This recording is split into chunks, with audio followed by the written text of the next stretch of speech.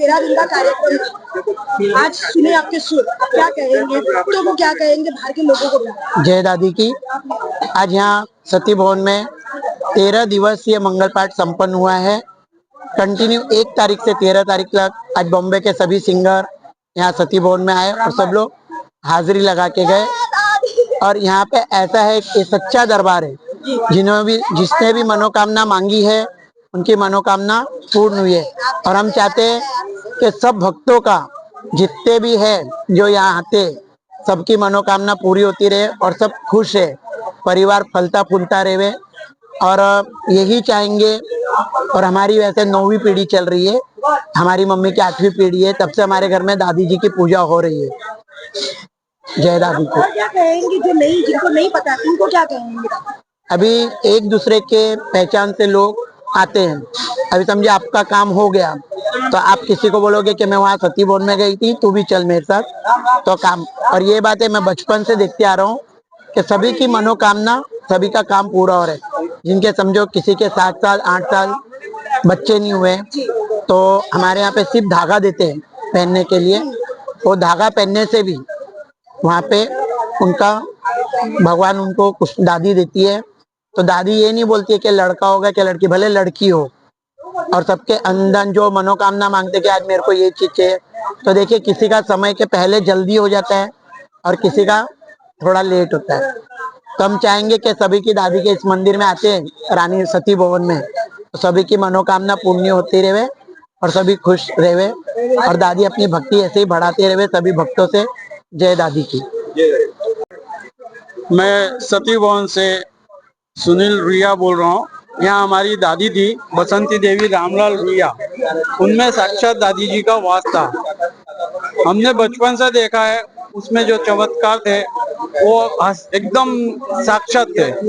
जब वो गुजरे थे, गुजरने के पहले हमारी माँ गायत्री देवी रुइया को उन्होंने कहा कि अब से तुम्हें ये संभालना है दादी का। जब ये मेरी माँ ने सब संभालना चालू किया, हम लोग 3 भाई है, विमल गौरीशंकर रुइया, प्रमोद गौरीशंकर रुइया, मैं सुनील गौरीशंकर रुइया। हम लोग बचपन से ही दादी के ऊपर टिके हुए हैं और दादी की हमेशा हमें मौका मिलता हम सेवा करने का पूरी कोशिश करते हैं। और हम आगे भी चाहेंगे कि जिंदगी रहे जब तक दादी की सेवा करते रहे, हमारे बच्चे भी, हमारे परिवार भी पूरा, और दादी का आशीर्वाद बना रहे। जय दादी की। क्या कहेंगे? पहले मैं ये कहूँगा, ये दादी मंदिर में केवल एक फोटो थी, फ्रेम में फोटो होती है, फोटो थी, ऊपर से पानी टपकता रहता था। तो ये बिमल भैया की वाइफ है ना, वो एक दिन हमको बोली कि तुमको मंदिर बनवाना है तो ये मंदिर ठीक करवा दो। तो मैं मेरे हस्बैंड को जाके बोली कि भाई वो ऐसा ऐसा बोल रहे हैं कि मंदिर बनवा दो। मेरा हस्बैंड तैयार हो गया, लेकिन औरत की बुद्धि खराब होती है ना। मैंने मेरे हस्बैंड को क्या बोला, एस्टीमेट पूछ लेते हैं कि क्या लगेगा। तो मेरा हस्बैंड गुस्सा हो गया मेरे पे। और फिर दादी ने मेरे साथ क्या चमत्कार किया, मेरे को बीमार कर दी एकदम, ब्लीडिंग के नाले। अब मैं फिर हम लोग, मैं दादी की फोटो के नीचे बैठ गई कि गलती तो मैंने की कि तू तो हीरा पहनेगी और मेरे को तू बोलती एस्टीमेट दो, तेरे को एस्टीमेट अभी देती हूँ मैं। फिर मैंने माफी मांगी। दूसरे दिन कारीगर आ गया, कड़िया काम करने वाले आ गए, सब काम चालू हो गया और हम लोग दिन भर वही करते थे। यहाँ कोई इंटीरियर नहीं आया, कोई सामान लेने वाला नहीं आया, सब अपने आप दादी कराती थी।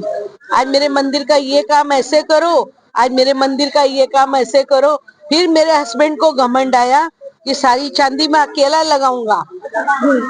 तो दादी बोली नहीं लगाने दूंगा तेरे को अकेले। वो जितनी चांदी लाए कम पड़ जाती थी। फिर यहाँ से मंदिर की थोड़ी चांदी तोड़ के वो चांदी मिलाई, जब दादी का त्रिशूल बना। अच्छा।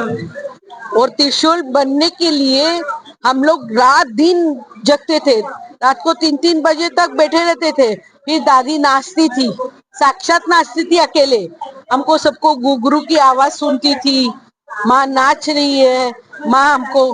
फिर क्या हुआ, जब वो अपन तोड़ते हैं तो मिट्टी निकलती है ना, वो मिट्टी के लिए भी मेरा हस्बैंड बोला बाहर फेंकवा देते हैं। तो दादी बोली मिट्टी बाहर नहीं फेंकने दूंगा, मेरे घर की, तो ये पीपल के पेड़ के नीचे सारी मिट्टी लगवा दी, इतनी सी मिट्टी बाहर नहीं जाने दी दादी ने।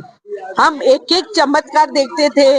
माँ बताती थी, मेरा हस्बैंड आता था, मेरे को बोलता मैं फैक्ट्री जा रहा हूँ, फैक्ट्री नहीं जाता था, झूठ बोलता था मुझे, और यहाँ आके बैठ जाता था, यहाँ काम कराता रहता था। मैं आके देखती थी कि आप फैक्ट्री नहीं गए, तो बोला मेरे को दादी जाने नहीं देती, और सब इतने बड़े बड़े पत्थर उठाता था मेरा हस्बैंड, तो हम लोग सब डरते थे कि कहीं गिर जाएंगे, लग जाएगी, लेकिन उनको होश नहीं होता था, कुछ नहीं। ये सब हम आंखों से देखे, साक्षात माँ का चमत्कार, और मैं आज तक देखती आई हूँ। अभी 2017 में मेरा हस्बैंड एकदम सीरियस हो गया, वेंटिलेटर पे था, लेकिन दादी ने मुझे बोला मैं नहीं जाने दूंगा तेरे आदमी को, मेरा बेटा है वो, उसको वापस ठीक किया, वेंटिलेटर 1 महीना रखे, वो वापस आया। इसी दादी के मंदिर में पहले पाँव रखा, फिर घर में पाँव रखा।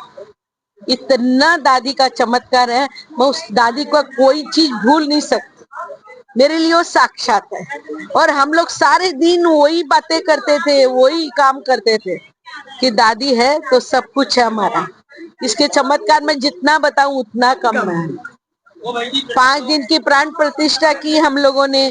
5 दिन की, एक दिन दादी को गेहूं में रखा, एक दिन दादी को फ्रूट में रखा, एक दिन दादी को मिठाई में रखा, एक दिन दादी को पूरे घी में रखा।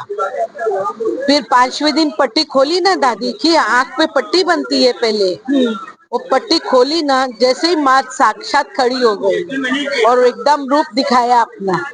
हम लोग सब खड़े खड़े वही देखते रहते थे।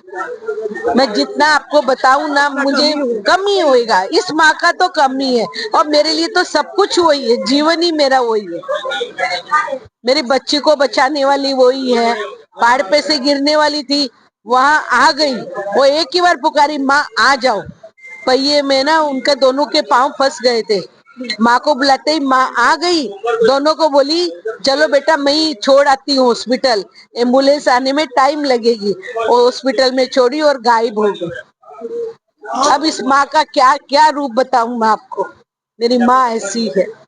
मेरे सब पे प्रसन्न हुआ। मैं बहुत प्रसन्न, मेरे लिए 24 घंटा वही है, बस सब कुछ वही है मेरे लिए।